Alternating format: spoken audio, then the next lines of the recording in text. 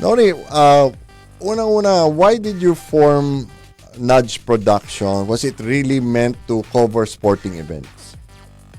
Well, no.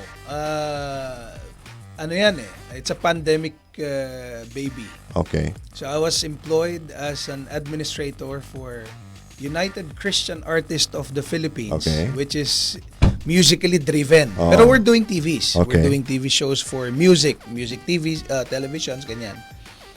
So natanggal akong trabaho Oo.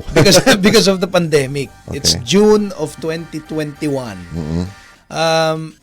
And so of course I have a little boy at the time. yeah. So, worried, anxiety and all. Tapos naalala ko, I had this idea back in the day of if I am to form a company again, it's gonna be called Nudge. So, yung parang konting pitik, gano'n. So, since I was already in the sort of media industry, sabi ko, bakit hindi na lang i-push natin yung media? So, I spoke to one of my business mentors, si Bishop Cardingcio. Sabi Okay, ko, yeah. since nawalan ako ng trabaho, sabi ko, Bishop, baka pwedeng ikaw ang unang client ko. I'll start a company, a production. I spoke to my former boss also. Sabi ko, wala naman akong back pay. Oo.